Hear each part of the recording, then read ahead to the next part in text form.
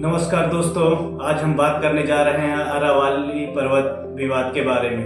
दोस्तों, क्या है अरावली पर्वत विवाद? क्यों इतने ज्यादा इतनी समय चर्चा में और विवादों के घेरे में आ गया है? दोस्तों, 20 नवंबर 2025 को सुप्रीम कोर्ट के एक दिशा निर्देश जारी हुआ, जिसमें अरावली पर्वत श्रृंखला की जो डिफिनीशन है उसको ये बताया गया, सुप्रीम कोर्ट के द्वारा दिशा निर्देश दिए गए सरकार की कमेटी के आग्रह पे, कि जो पर्वत जमीन से समतल एरिया से 100 मीटर से नीचे की होगी, वो जो पर्वत है वो अरावली पर्वत श्रृंखला की श्रेणी में नहीं आएगी। दोस्तों, क्या है अरावली पर्वत माला का इतिहास? अरावली पर्वत श्रृंखला 2 से 3 अरब वर्ष पुरानी न केवल भारत की सबसे पुरानी पर्वत श्रृंखला है, पर्वतमाला है, बल्कि एशिया की सबसे पुरानी पर्वतमाला है। दोस्तों, इस निर्देश से क्या फायदे और क्या नुकसान होंगे, आइए जानते हैं। दोस्तों, अरावली पर्वतमाला जो है वो एक प्राकृतिक दीवार का काम करती है, जो उत्तर पूर्वी भारत की तरफ थार रेगिस्तान को बढ़ने से रोकती है और भूजल संरक्षण के मामले में भी वे काफी ज्यादा योगदान देती है। और भूजल संतुलन राजस्थान, दिल्ली, हरियाणा जैसे राज्यों में भूजल संतुलन बनाए रखने में ये अत्यधिक महत्वपूर्ण है।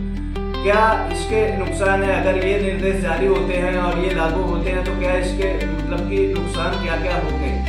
दोस्तों, जो अरावली पर्वत श्रृंखला है वो पर्यावरण की दृष्टि के साथ साथ सामाजिक दृष्टि से भी बहुत महत्वपूर्ण है और आर्थिक दृष्टि से भी काफी ज्यादा महत्वपूर्ण है। इसके अगर खनन इसमें शुरू होता है तो इस विवाद से, इस निर्देश की वजह से जो 90% अरावली पर्वत श्रृंखला है वो कानूनी संरक्षण से बाहर हो जाएगी, जिसकी वजह से अनावश्यक खनन होगी।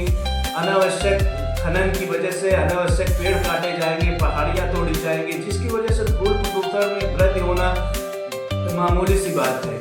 दोस्तों, अरावली पर्वत माला का महत्व ये है कि अरावली पर्वत श्रृंखला एक प्राकृतिक दीवार का काम करती है, जो थार के मरुस्थल को उत्तर पूर्व या पूर्व की भारत की ओर बढ़ने से रोकता है। वहाँ रेगिस्तान से धूल भरी आंधियों को आने से रोकता है और एक मानसून की हवाओं को मतलब एक ऐसे प्रभावित करता है, जिसकी वजह से हरियाणा, राजस्थान में वर्षा होती है और भूजल संतुलन मेंटेन रहता है। यदि अरावली पर्वत श्रृंखला में अगर माइनिंग इतनी बड़ी मात्रा में होगी तो दिल्ली एनसीआर में भूजल संतुलन के खतरे मंडराने लगेंगे और जो थार रेगिस्तान है वो पूर्वी भारत की ओर बढ़ने लगेगा।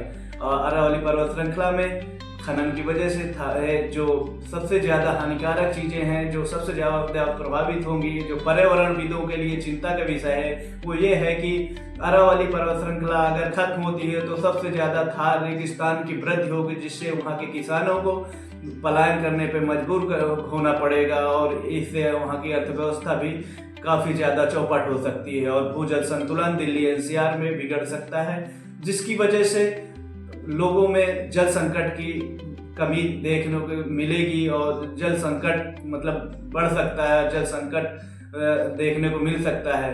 दोस्तों, जो पर्यावरणविदों का जो जानकार है, सामाजिक कार्यकर्ता, उनका चिंता करना एक जाहिर सी बात है, मतलब नॉर्मल सी बात है, क्योंकि अरावली पर्वत श्रृंखला एक हमारी प्राकृतिक दीवार का काम करती है, जिसकी वजह से हमें मानसून में फायदा मिलता है। खनिज और जो धूल भरी हवाएं हैं, रेगिस्तान में जो वृद्धि नहीं हो पा रही है, वो कहीं ना कहीं अरावली पर्वत श्रृंखला की वजह से, अगर ये निर्देश अगर इनमें बदलाव नहीं किया गया तो हो सकता है बड़ी मात्रा में हमको पर्यावरण संकट का सामना करना पड़े, हो क्या सकता है, करना ही पड़ेगा।